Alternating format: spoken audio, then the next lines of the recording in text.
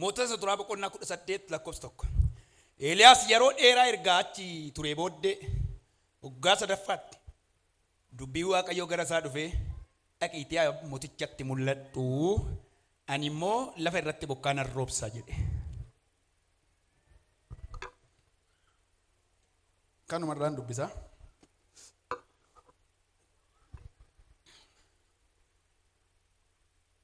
Mata dureen koo har'aa akka jedha.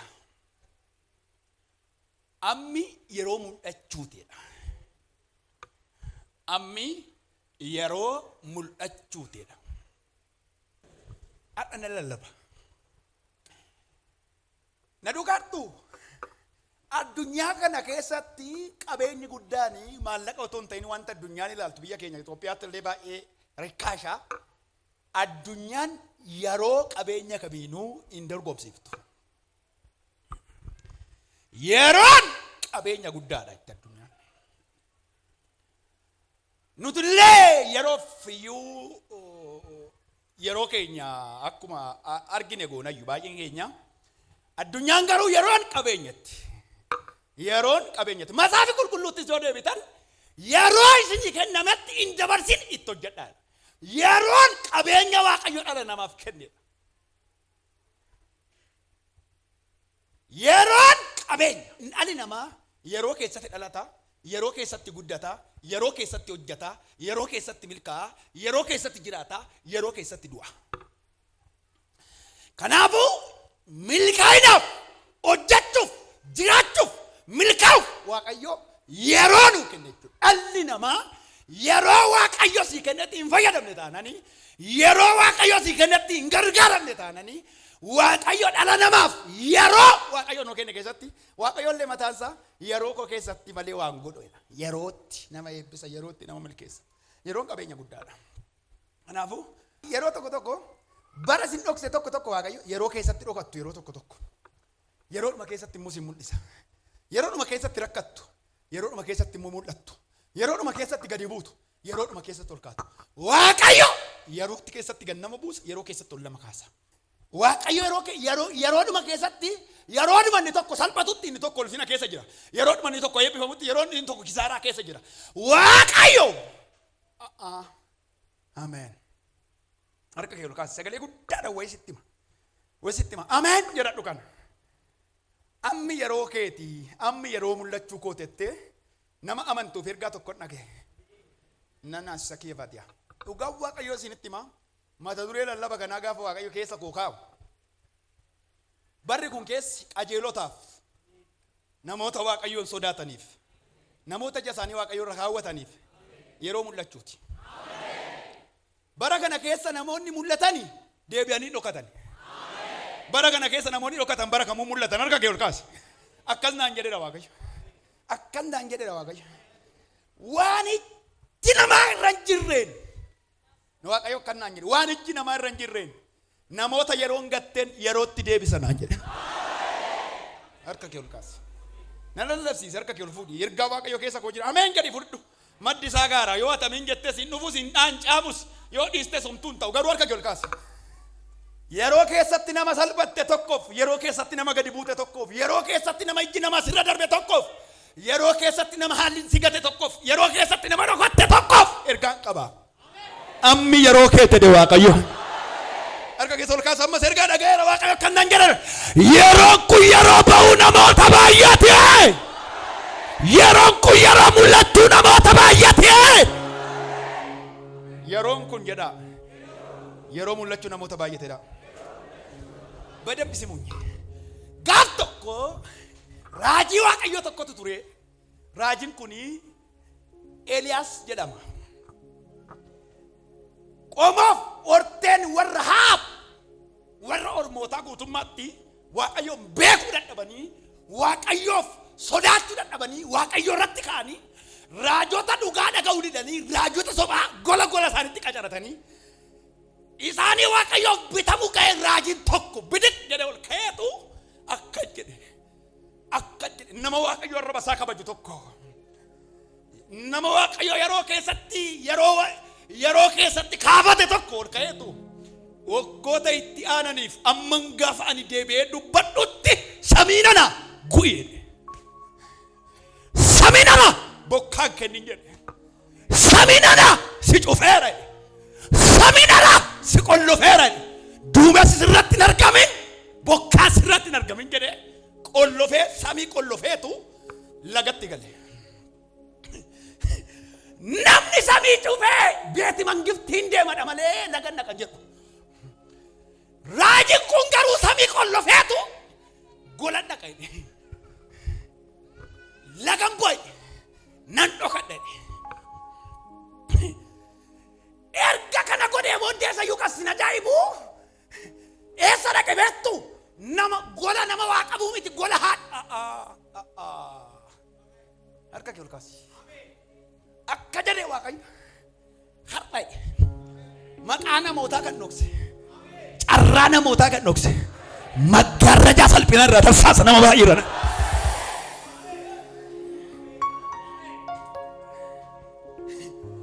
mana dhayyeessaa dhaqeessa iyyuu kan sin ajaa'ibu mana dhayyeessaa dhaqeetu qoraan cabsachaa jirti mee dhaqe bishaan naa fidennaan dhaqxe achumaan hadaraa bittillee cabduu ishii kutii kottolchi naa fidii qottana dhugaa waaqayyo isa jiraata homtuu hin jiru mana koo keessaatti maal reennaan daakuu konyee tokko mana keenya keessa jira ishii immoo nyaannee nutumtuu du'a eeggannaa waan biraa hin jiru itti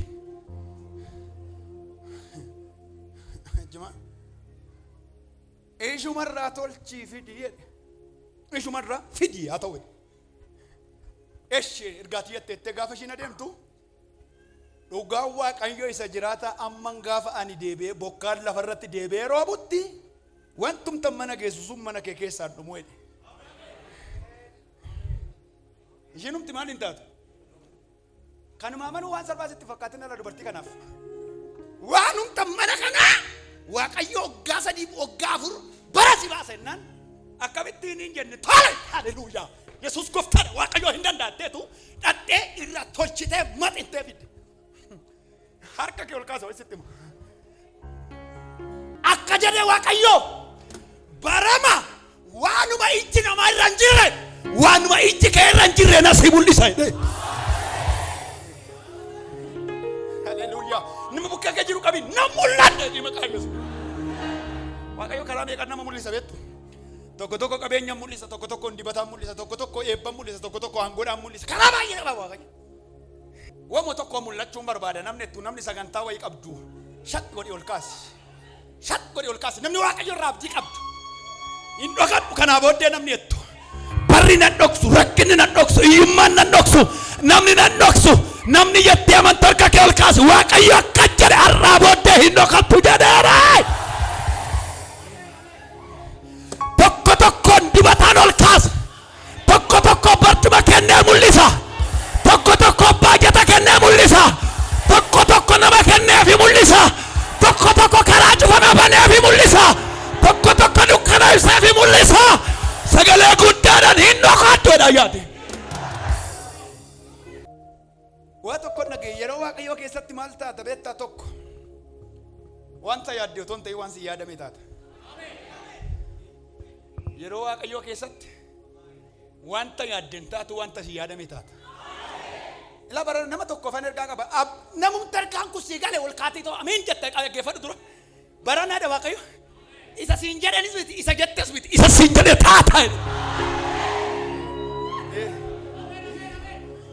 akka jedhe waaqayyo isa seexanni siin jedhu miti isa namni siin jedhu miti isa tofiin jettu miti isa siin jedhe ta'uu jalqabda jedheera isa naan jedhamen taa'e namni yeroo dhokatu qaba yeroo mul'atu qaba bara waaqayyo nama dhokse haa dhokoo mee tokkicha na ilaala bara waaqayyo nama dhokse ifa qopheessanii tulluu gubbaa ol si baasanii ifa asirratti ibsanii iyyuu mul'attu bara waaqayyo nama dhokse iddoo namni jiru deemanii nama guddaa barbaadanii iddoo namni ol ka'e iddoo namni ciccimaan jiru barbaadanii iddoo firri guddaan jiru iddoo qabeenyi guddaan jiru barbaadanii yoo dhaabbatanii iyyuu hin mul'attu bara waaqayyo nama mul'isa garuu boolla keessattu ani beeku waaqayyo kan namoota haala rakkisaa keessa gadi bu'aa gurguddaa keessa wallaansoo gurguddaa keessa namoota jirani akka jedhe boolla keessa keessa yorgi koo qabee baasuu jalqabana jedhe yeroon kun yeroo keeti Waaqayyo dhufeera. bara Waaqayyo si dhokse boolee dhaqxee iyyuu mul'attu bara Waaqayyo si mul'ise garuu boolla keessattuu hin argamta. bara Waaqayyo nama mul'ise eeggadhodhaani. bara Waaqayyo si mul'isu eeggadhodhaani jedhaani.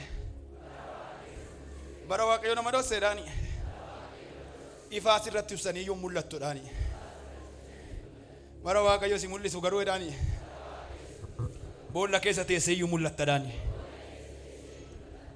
haadha hiyyeessaa san biraa hoggaa sadiif ji'a ja'a biddeena isaa nyaatee daakuudhuma san nyaatanii quufanii manni gaa faabrikaa daakuu ta'e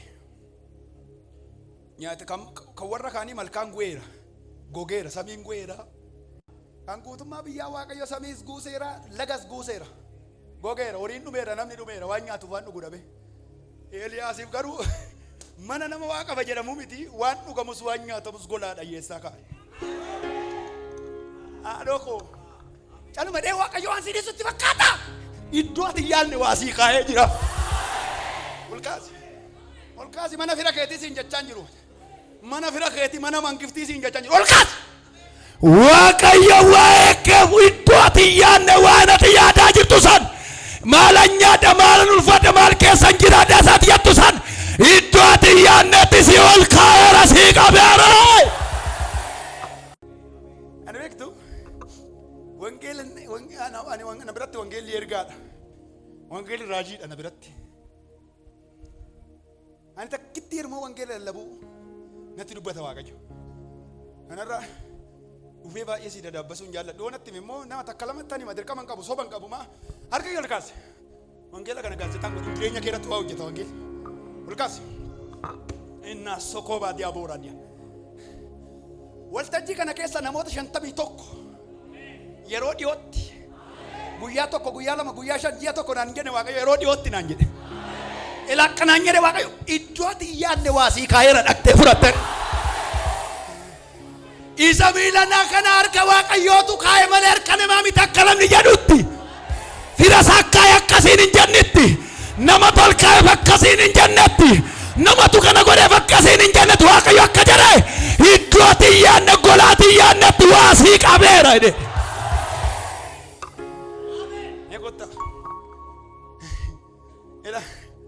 Mootota jala mana mootota iyyuu beelessee dheebosseeti Waaqayyo golaadha hiyyeessaa bishaan kaa'e. Markaa gurguddaa iyyuu gogsee manaadha hiyyeessaa kaa'e Waaqayyo. Ergaa kana biraan dabarsi ameen ameen jedhe yeroo lama wasitti hima. Bara samiin go'u bara lafti go'u bara kiisiin namaallee go'u harka kee ol kaase bara kaasee nama mangiftiillee go'u. Adaraa Waaqayyo ergaa kana biraan dabarsiin. Uddoo ilaa aboraan hin dubbadhaan Waaqayyo irra bakoo duukaa jira. Bara samiin illee cufamu bara garaan lafaallee cufamu bara golli mootummaallee cufamu bara harka kee ol kaase bara kiisii firoota keetillee cufamu kan kee hin gu'in kan kee amisoomu ol kaasime ammas wayi nagaye waan guddaa tokko nagaye ergaan kun ergaa namoota muraasaati. Ameen jedhi keessa gali garuu. Ameen ameen ameen. Bara dhaloonni hiyyoomu siif Waaqayyo balbala banamaa kenneera jedhe. Harka kee ol kaase. Bara samiin gu'u bara garaan lafaa gu'u siif balbala banamaa kenneera jedhe. Sagalee guddaadhaan ameen jedhaa. Jedhaa. Ammas ergaan dhagaa.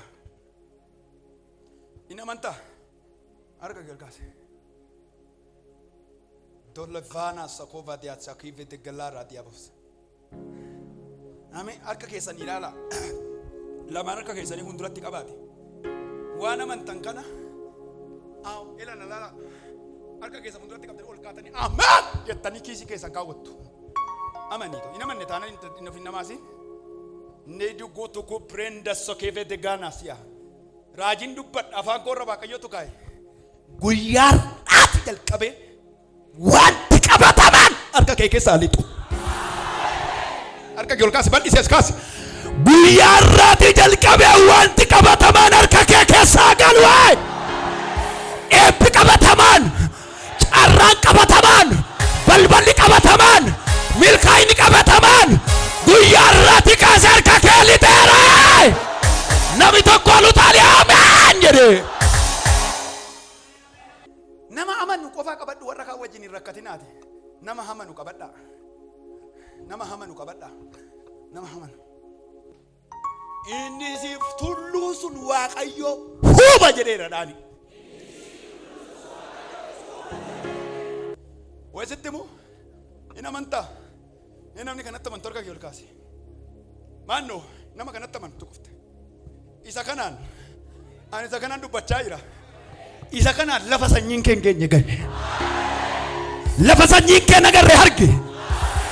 Tapha tulluu sanyiin kee darbine kanaan darbi. Lewaan sanyiin kee arganne kanaan argadhu Waaqa Yesuus.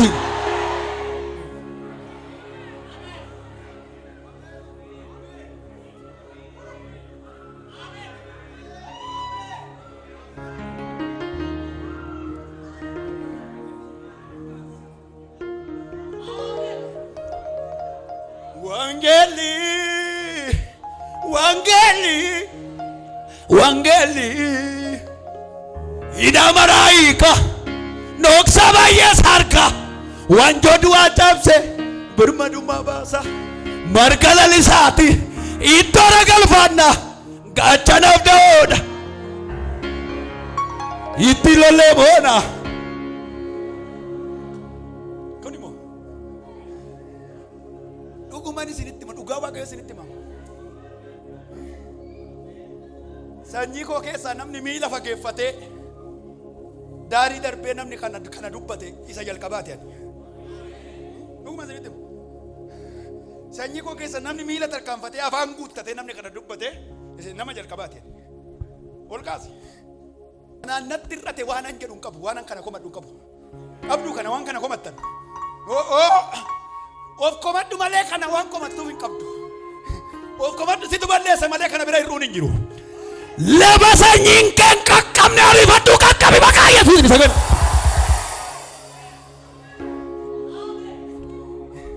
Namu kee gajiru qabi. Ani carroomeera ni. Amma ergaan dhagaye. Ergaan kun namoota 49 ergaadha. Namoota 49 bornaan hin jenne Waaqayyo. Amma akka jedhee Waaqayyo hamma irratti waan irraa dhoowwamtetti cabsii galisiin jedheera. Hamma irratti eebba irraa dhoowwamte, carraa irraa dhoowwamte, nagaa irraa dhoowwamte, milkaa'ina irraa dhoowwamte, fiixan baay'isa irraa dhoowwamte Waaqayyo cabsii gali jedheera.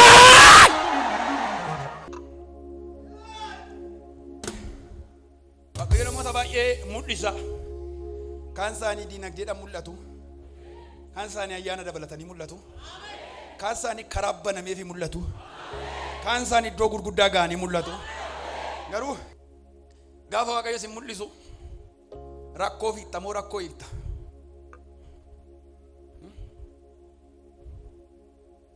Nyaata. Weetti garagaraa. Ati nama rakkoo fi dumoo rakkoo nama rakkoo fi tuudhe dhalaan.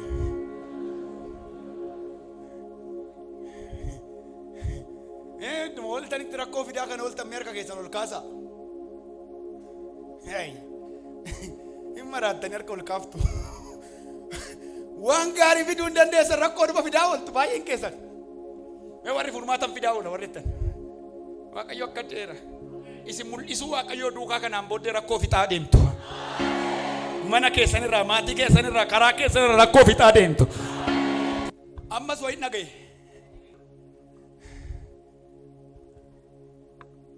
Bara lafti gubu. Bara lafti dubu. Bara namnis dubu. Jireenya kee indistiriin godhate Waaqa.